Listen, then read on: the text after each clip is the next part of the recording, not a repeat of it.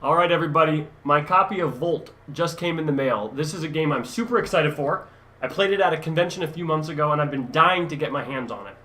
This is not going to be a full rules description of this game. This is a quick video to give you an overview, an idea of how the game is played, so you can decide if you like it or not. But trust me, I think you will. At a high level, this game only takes 30 minutes. It's about programming your killer robots to fight each other in this arena of doom, and whichever robot comes out on top with the most victory points wins the game. My favorite thing about the game is it involves a lot of game theory, predicting what you think your opponent is going to do and responding in kind.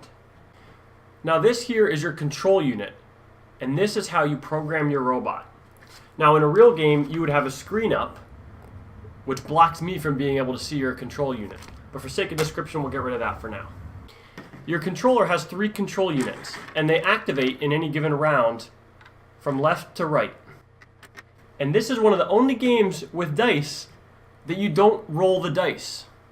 Which is kind of funny. The dice are just used to indicate what actions you're going to be taking in that round.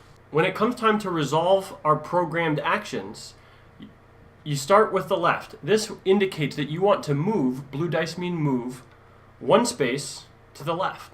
Other players would resolve the instruction they've programmed on their first control unit, and then we would go to resolve the second control unit. This one would mean you're going to move 5 spaces down. And then finally, in the third control unit activation, this one would mean you would shoot, let's put it up here, would mean you shoot diagonally in that direction. So blue is for move, red is for shooting. In addition to the number on the dice indicating how far you want to move, it also indicates what priority you have in resolving that move. So you have a blue dice with 1 moving to the left. I have a blue dice with 2 moving this direction. When it comes time to activate the program on our first control unit, the lower dice wins. So you will move first, then I will move. And this is really important because what if instead I put my red dice here, indicating I shoot? It matters a lot whether I shoot first, in which case I would shoot and miss you, or in this case, a 1 has higher priority, so it moves first, then my 2 will activate, so then I'll shoot you. So this is where the game theory comes in. You have to predict where you think your enemy is going to move, and also, are they going to move before or after you take your actions? So the number on your blue dice not only indicates how far you can move, but in what order you move as well.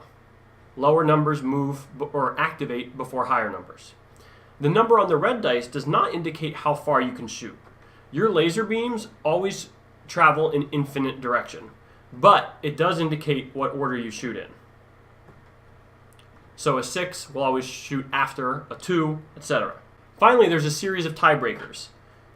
If I choose a 2 to shoot in this direction, and you choose a 2 to move in that direction, I would sure love it if I get to shoot before you move. But blue dice always beat red dice of the same number. So the first tiebreaker, when you have 2 of the same number, is the color of the dice. Blue dice resolve before red dice. So in this case, you would move 2 in this direction, and then I would fire, which would be a complete whiff. This would be a good time to introduce the concept of victory points. At the beginning of each round, you're going to take one of these victory points with the star, reveal it, in this case I have a 4, and place it on the corresponding tile on the board.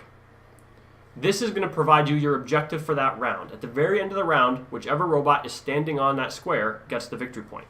And this is a good time to learn what the very last tiebreaker is. Now let's imagine we're almost finished resolving the actions in a round. We've already gone through what we've programmed on our first 2 control units, and we just have our third control unit left. You want to move forward 2 to get this victory point, and I want to move this direction 2 to get the victory point. So we both have the same number on the dice, so that's a tie. Normally, you would break that tie by looking at the color of the dice, and blue would beat red. In this case, we both have blue dice and the same number.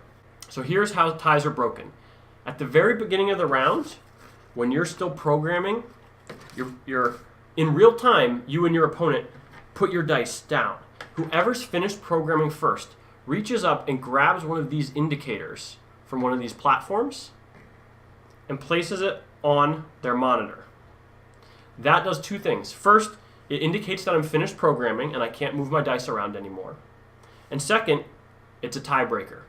So the 1 indicates that I go first in front of people with larger numbers whenever it comes time to break ties, like this situation. So if I have the 1 and you have the 2, this would actually be bad for me because my character would resolve his move first because I have 1. Your character who has 2 would resolve his next.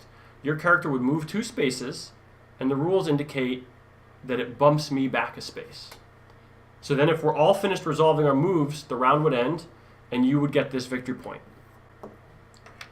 The basic game, which they call the training, requires you to get 3 victory points to win, and the real game requires you to get 5 victory points to win.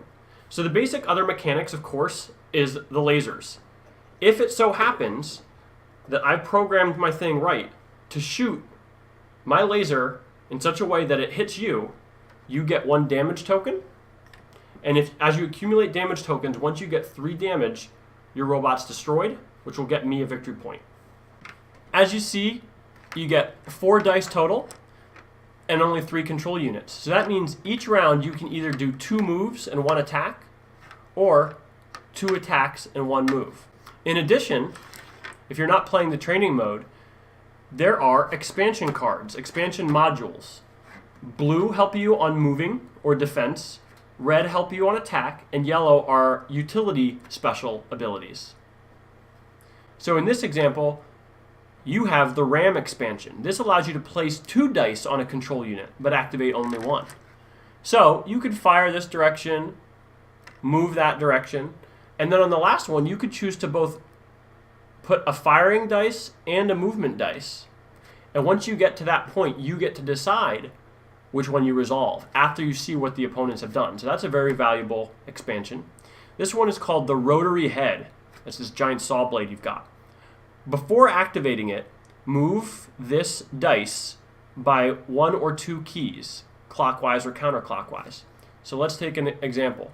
Before you activate this firing, you could move it 1 or 2 keys clockwise or counterclockwise. So again, it gives you more flexibility. However, you'll note it's restricted. It's only restricted for dice numbers 3 through 6. So you can only use it if you have a 3, 4, 5, or 6 shown on your dice.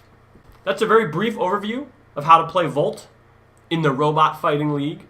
There are a lot of things I just love about this game. First of all, it's short. Second of all, it's got a rich depth of strategy. Third, the game board's pretty cool. I got this for only $35, so it's not an extremely expensive game. They've got awesome minis, which you know I'm going to paint these babies. And it can be played from 2 to 4 players.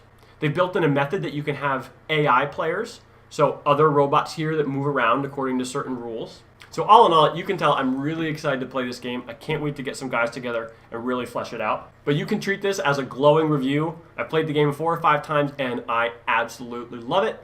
Give it an 8 out of 10 or 9 out of 10. It's way up there, one of my top favorite games.